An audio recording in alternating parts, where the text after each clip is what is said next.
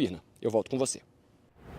Muito obrigada, Biagi. Na decisão em que manda suspender novamente o pagamento de emendas parlamentares, o ministro Flávio Dino determinou uma série de medidas a mais relacionadas à execução dos recursos. O motivo, segundo ele, é que as indicações não atenderam a critérios estabelecidos previamente em acordo costurado entre a Corte, o Congresso e o Executivo.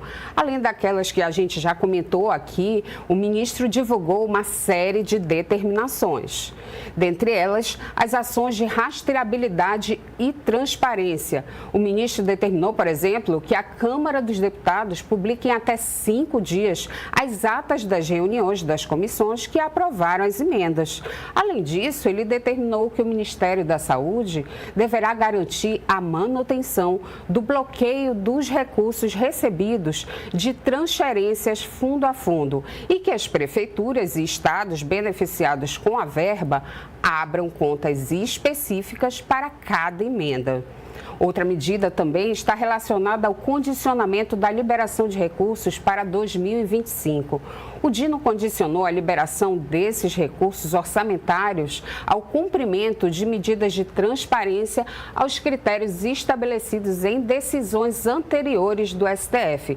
Entre elas está a identificação do autor de cada emenda nominalmente no portal da transparência, incluindo as emendas de comissões.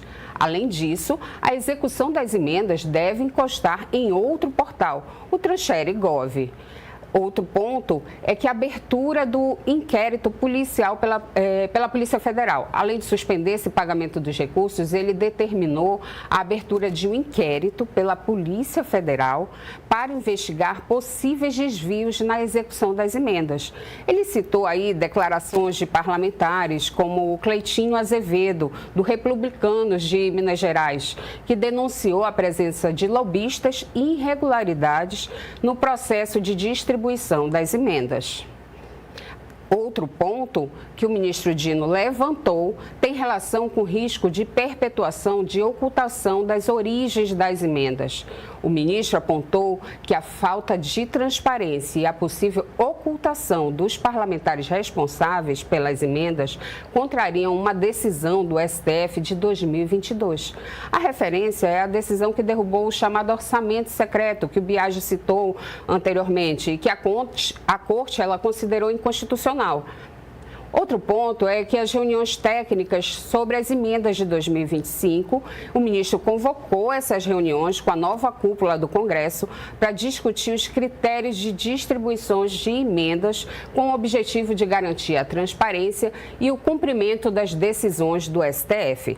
Essas reuniões vão acontecer entre fevereiro e março do ano que vem após as trocas nas mesas diretoras da Câmara e do Senado. Em seu discurso, o ministro Dino também fez duras críticas ao que considerou uma degradação institucional devido às denúncias recorrentes de desvios de verbas, como malas de dinheiro sendo apreendidas em operações da Polícia Federal, o que gerou aí um ciclo de denúncias de irregularidades. E para comentar com a gente esse assunto,